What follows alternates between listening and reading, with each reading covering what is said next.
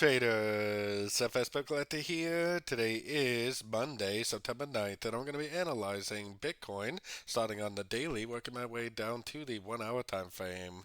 So on the daily, like I've been saying, I still suspect that this is the bottom right here of a wave 4, and that this potentially is a wave 1, this is a wave 2, so this would be like a 1, expanding flat wave 2, eventually go up and make a 3, a 4, and a 5 pattern, which probably will take it up above the high of the previous wave 3, potentially making new all-time highs.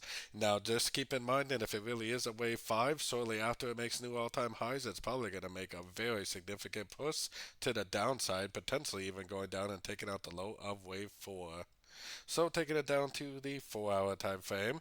Now, I still am looking at this as a potential expanding flat, just like I was talking about last week. I still think this looks like a 1, 2, 3, 4, 5 with a Truncheon wave 5, especially if you look at Ethereum for correlation. That actually made almost a perfect 5 ways up. I still think it looks like a wave 1. I still think this is 1, 2, 3 of A, 1, 2, 3 of B, and potentially 5 waves of C. So if that is the case, and we do get a break of structure to the upside, that's what's going to tell me that the wave 2 is over, and that's what's going to turn me back into a buyer for the continuation of the uptrend. I would have to see a nice break of structure to the upside in order to start looking for longs again, because there's always a chance that it continues to make lower highs, lower highs, lower highs, lower highs like it's been doing. And if it does continue to make lower lows and lower highs, then continue to look for shorts. And if I'm wrong about this being a wave 2 and you're looking for shorts, and it just keeps on going down and keeps on going down, it really shouldn't create any losing trades. If anything, you would probably make more money if it's not a wave 2 and it just keeps on going down. So taking it down to the 1 hour time frame, I have my Fibonacci retracement on just the last little push down right here.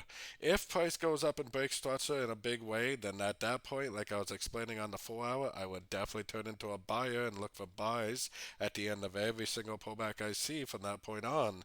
If it does not go up and break structure but makes a lower high, makes 1, 2, 3 waves up or something like this, 1, 2, 3 waves up to a Fibonacci level with a nice engulfing move to the downside, then continue to look for shorts on these sort of time frames. The trend is your friend, and the daily and technically the 4 hour trend is down.